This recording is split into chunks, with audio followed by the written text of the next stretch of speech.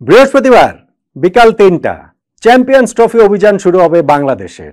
প্রতিপক্ষ Bharat, venue Dubai international cricket stadium. ভারতের বিপক্ষে জয় দিয়ে কি বাংলাদেশের চ্যাম্পিয়ন্স ট্রফি অভিযান শুরু হবে? তাই যদি হতে হয় তাহলে বেশিরভাগ জিনিসই বাংলাদেশের পক্ষে আসতে হবে, বেশিরভাগ জিনিসই ভারতের বিপক্ষে যেতে হবে। অর্থাৎ দিনটা পুরোপুরি বাংলাদেশের হতে হবে এবং ভারতের একটা পুরোপুরি অফ ডে থাকতে হবে।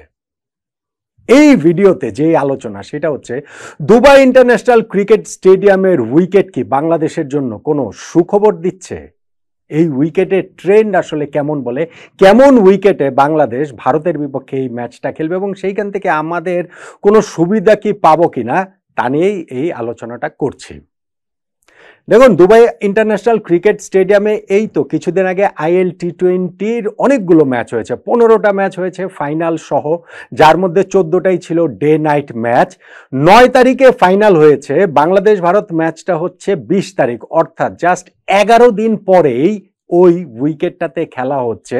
ফলে ওই অনেক দিন ব্যবহৃত যে উইকেট, অনেকগুলো ম্যাচ খেলা হয়েছে, উইকেটটা ক্লান্ত থাকাটা স্বাভাবিক এবং সেই ক্ষেত্রে স্লো হওয়াটা স্বাভাবিক এবং তাতে করে স্পিনারদের সাহায্য পাবার কথা। যদিও পত্রিকার যেসব বিভিন্ন রিপোর্ট আমি দেখতে পাচ্ছি, স্পেশালি ভারতের পত্রপত্রিকায়, সেইখানে তারা বলছে যে দুবাই ইন্টারন্যাশনাল ক্রিকেট স্টেডিয়ামের 2টা পিচ আলাদা করে রাখা হয়েছে এই চ্যাম্পিয়ন্স ট্রফিতে ইউজ করার জন্য, যেন পিচগুলো টায়ার্ড না হয়ে যায়, যেন ওই জায়গাটাতে ওয়ানডে সুলভ একটা ম্যাচ যথার্থভাবে হতে পারে। আমি দুবাই স্টেডিয়ামের কিউরেটরের একটা কোট পড়ছিলাম, তিনি বলছিলেন যে যেই সারফেসগুলোতে খেলা হবে সেগুলো সবগুলো অন্ততপক্ষে 2 সপ্তাহে রেস্ট পাবে।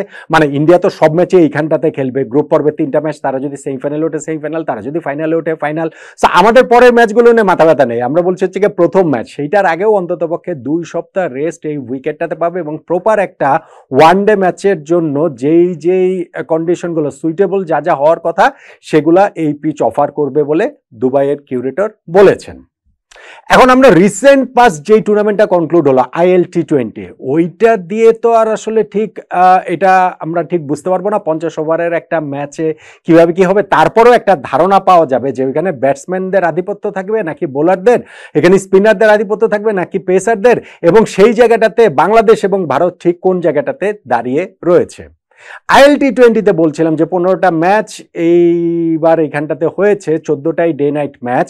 তার মধ্যে কিন্তু ব্যাটসম্যান এবং বোলারদের মধ্যে পেসার এবং স্পিনার সেইখানটাতে প্রত্যেকেই কিন্তু এইখান যথার্থ সুবিধাটা তুলে নিতে পেরেছেন।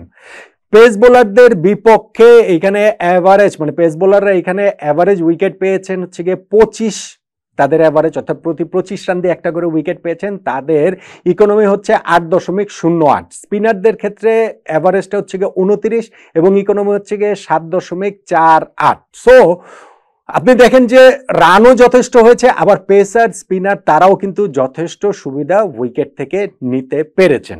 আমরা যদি এইখানটাতে একটু ইন্টারন্যাশনাল ম্যাচের দিকে তাকাই, 50 ওভার্স ম্যাচের দিকে তাকাই, তাহলে কি কোনো ইঙ্গিত এই জায়গাটা থেকে আমরা পাবো? Tough, very tough. মনে করুন 2019 সালে Pakistan versus Australia last series হয়েছে দুবাইতে, যেইটা ICCর ফুল মেম্বার টিমের মধ্যে। এরপর থেকে এখানে ম্যাচ হয়েছে অনেক, কিন্তু ম্যাচগুলো হয়েছে কার? UAE, Scotland, Canada, Namibia, Papua New Guinea, Nepal, এই দলগুলোই আসলে খেলেছে। ফলে খুব যে একটা স্বচ্ছ ধারণা পাওয়া যাবে বিষয়টা তা নয়। তারপরও যদি আরেকটু পেছনে গিয়ে 2018 সাল থেকে আমরা ধরি ICC ফুল মেম্বার টিমদেরকে ইনক্লুড করার জন্য, তাহলে এখানে যে 35টা ম্যাচ হয়েছে সেইখানটাতে অ্যাভারেজ ফার্স্ট ইনিংস টোটাল হচ্ছে গিয়ে মাত্র 213, average first innings winning total হচ্ছে গিয়ে মাত্র 252। ফলে এইবারে চ্যাম্পিয়ন্স ট্রফিতে যে একটা জিগির আছে 300 প্লাস, 350 উইকেট হতে হবে, 350 না করলে জেতা যাবে না। দুবাইয়ের উইকেটটা কিন্তু একদম এক্স্যাক্টলি ওরকম নাও হতে পারে। হ্যাঁ, এখন আপনি বাংলাদেশের কথা বলতে পারেন আমাদের জন্য সুইটেবল উইকেট কোনটা, আমাদের জন্য ভালো উইকেট কোনটা। ভালো উইকেট মিরপুরের উইকেট, যেখানে ধরেন 230-40 রান হবে, ওই রকম উইকেটে আমরা একটা খুব ভালো ফাইট দেওয়ার মতো দল, জেতার মতো একটা দল।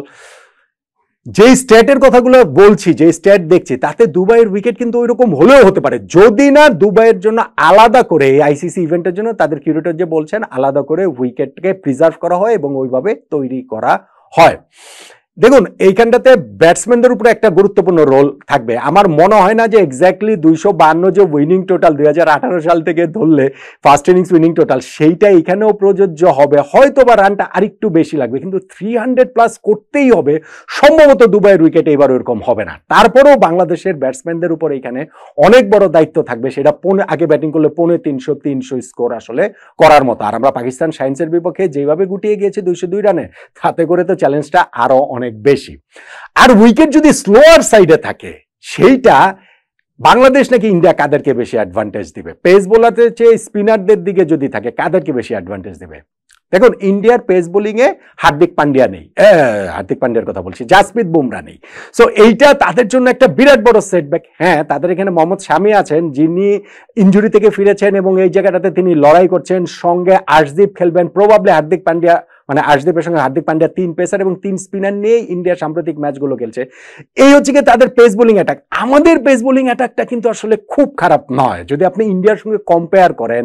আমাদের তাসকিন, আমাদের মুস্তাফিজ, আমাদের এখানটাতে তানজিম সাকিব অথবা নাহিদ রানা যিনি খেলেন না কেন, পেস বোলিং এ কিন্তু আমার মনে হয় আমরা একটু সমানে সমানে টক্কর দিতে পারবো। স্পিন, ভারত এই টুর্নামেন্টে 15 সদস্যের স্কোয়াডে 5 জন স্পিনার নিয়ে খেলছে এবং তাদের এই স্কোয়াডে আপনি দেখেন ফিঙ্গার স্পিনার রয়েছেন হচ্ছে গিয়ে 3 জন, রবীন্দ্র জাদেজা, অক্ষর প্যাটেল, ওয়াশিংটন সুন্দর। তাদের এখানে রিস্ট স্পিনার রয়েছেন 2 জন, কুলদীপ যাদব এবং বরুণ চক্রবর্তী। অর্থাৎ স্পিন ডিপার্টমেন্টে কিন্তু তারা সব বক্স টিক করার মতো ডানহাতি, বামহাতি, রিস্ট স্পিনার, ফিঙ্গার স্পিনার সবকিছু রয়েছে। বাংলাদেশের স্পিনারদের এখানটাতে আমরা শুধুমাত্র 3 জন আমাদের স্পেশালিস্ট স্পিনার, সেখানে হচ্ছে গিয়ে ফিঙ্গার স্পিনার মেহেদি হাসান, মিরাজ এবং নাসুম আহমেদ, এবং রিস্ট স্পিনার আমাদের আছেন হচ্ছে গিয়ে রিশাদ হোসেন, এবং 3 জনকেই একাদশে খেলানোর চান্স কম। প্রবাবলি এখানে আমরা 2 জনকে খেলাবো। ভারত কিন্তু এখানে হার্দিক পান্ডিয়ার উপস্থিতির কারণে এবং রবীন্দ্র জাদেজা, অক্ষর প্যাটেল, ওয়াশিংটন সুন্দরদের মতো স্পিন বোলিং অলরাউন্ডারদের উপস্থিতির কারণে তারা 3 স্পিনার খেলাবেই, সেটাই আসলে বোঝা যাচ্ছে।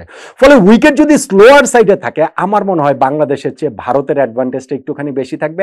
আর উইকেট যদি একটু পেস বোলারদের সহায়ক থাকে, তাহলে ওইখানটাতে বাংলাদেশ সমানে সমানে টক্কর দেওয়ার মতো অবস্থায় থাকবে।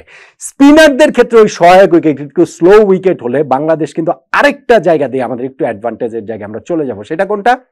মুস্তাফিজুর রহমান।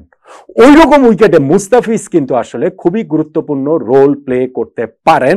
ফলে উইকেট থেকে আমাদের জন্য যে ধরেন এটা যদি 350 রানের উইকেট হয়, সেই ক্ষেত্রে বাংলাদেশের জন্য যে অবস্থা থাকতো, যদি 250 রানের উইকেট হয় সেই ক্ষেত্রে বাংলাদেশের অবস্থা তুলনামূলক ভালো থাকবে, বা ধরেন 350 রানের উইকেট। সো আমার মনে হয় দুবাই ইন্টারন্যাশনাল স্টেডিয়ামের উইকেটটা আমাদের জন্য কিছুটা হলেও সুখবর এনে দিচ্ছে। এখন এখানে টসটাকে একটা ভাইটাল রোল প্লে করতে পারে। দেন এগেন 2018 সাল থেকে ধরলে সর্বশেষ 35টা ওয়ানডে ম্যাচে এখানে আগে ব্যাটিং করা দল 14 বার জিতেছে, পরে ব্যাটিং করা দল 19 বার জিতেছে, আর একটা ম্যাচ টাই হয়েছে, একটা নো রেজাল্ট হয়েছে। সো এইখানটাতে খুব বড় ডিফারেন্স নেই। ডিউ ফ্যাক্টর থাকলে হয়তো বা ডিফারেন্সটা তৈরি হতো, কিন্তু স্টেডিয়ামের কিউরেটর বলছেন যে ডিউ ফ্যাক্টর এখানে খুব একটা প্রভাব ফেলবে না। তারপর আমার মনে হয় যেই দল টসে জিতবে তারা আসলে চেস করতেই চাইবে। সবকিছু মিলিয়ে প্রতিপক্ষ যদি ইন্ডিয়া না হতো, তাহলে বাংলাদেশ, আমি বলতাম যে এইরকম উইকেটে 250-300 রানেরও যদি উইকেট হয়, বাংলাদেশের এই জায়গাটাতে একটুখানি একটা সুখবরের জায়গা থাকতো। এখন ভারতের বিপক্ষে কোনো কিছু বলেই আমরা যে আসলে ভারতের চেয়ে এগিয়ে আছি, ভারতের চেয়ে অন্তত পক্ষে কাগজে কলমে অন পেপারে আমরা এগিয়ে আছি, সেইটা বলাটা ভাই বাড়াবাড়ি হয়ে যায়, বড্ড বাড়াবাড়ি হয়ে যায়। তারপরেও আমি বলবো যে 350 রানের উইকেট হওয়ার চেয়ে যদি 250-300 রানের উইকেট হয়, IL T20 খেলা ক্লান্ত একটু উইকেট যদি আমরা পাই, আমরা তুলনামূলক স্লাইটলি একটুখানি আমাদের দিক থেকে একটু কমফোর্ট জোনে আমরা থাকবো, বেটার পজিশনে আমরা থাকবো যে একটা আপসেট ঘটানোর জন্য। ভারতকে যদি বাংলাদেশ হারায়, এইটা আমরা সবাই মনে প্রাণে চাই, কিন্তু একই সঙ্গে এটা আমাদের মনে রাখতে হবে সেইটা হবে আপসেট। সেই আপসেট কি ক্রিকেটে হয় না? সেই আপসেট কি আমরা কখনো ঘটাইনি? আমরা কি ভারতকে কখনোই হারাইনি? সো আমার কাছে মনে হয় যে এটা সম্ভব, এটা খুবই সম্ভব।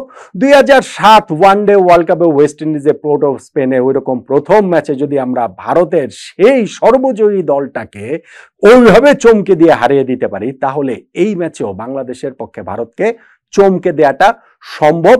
দুবাইয়ের উইকেট হয়তো বা আমাদের দিকে যতটা অ্যাসিস্ট্যান্ট নিয়ে মানে দাঁড়িয়ে থাকবে, তার চেয়ে বেশি ভারতের দিকেই থাকবে, কিন্তু আমরা তুলনামূলক আমাদের একটু কমফোর্ট জোনটাতে আমরা খেলতে পারবো, যে উইকেটটা একেবারেই 300-350 রানের উইকেট হবে বলে মনে হচ্ছে না। এখন এই অ্যাডভান্টেজটা আমাদের স্পিনাররা কতটা কাজে লাগাতে পারেন, পেসাররা কতটা কাজে লাগাতে পারেন, স্পেশালি মুস্তাফিজ কতটা কাজে লাগাতে পারেন, আরো স্পেশালি আমাদের ব্যাটসম্যানরা কতটা কাজে লাগাতে পারেন, তার উপরেই অনেক অনেক অনেক কিছু নির্ভর করছে ভারতকে আমরা হারাতে পারবো কিনা।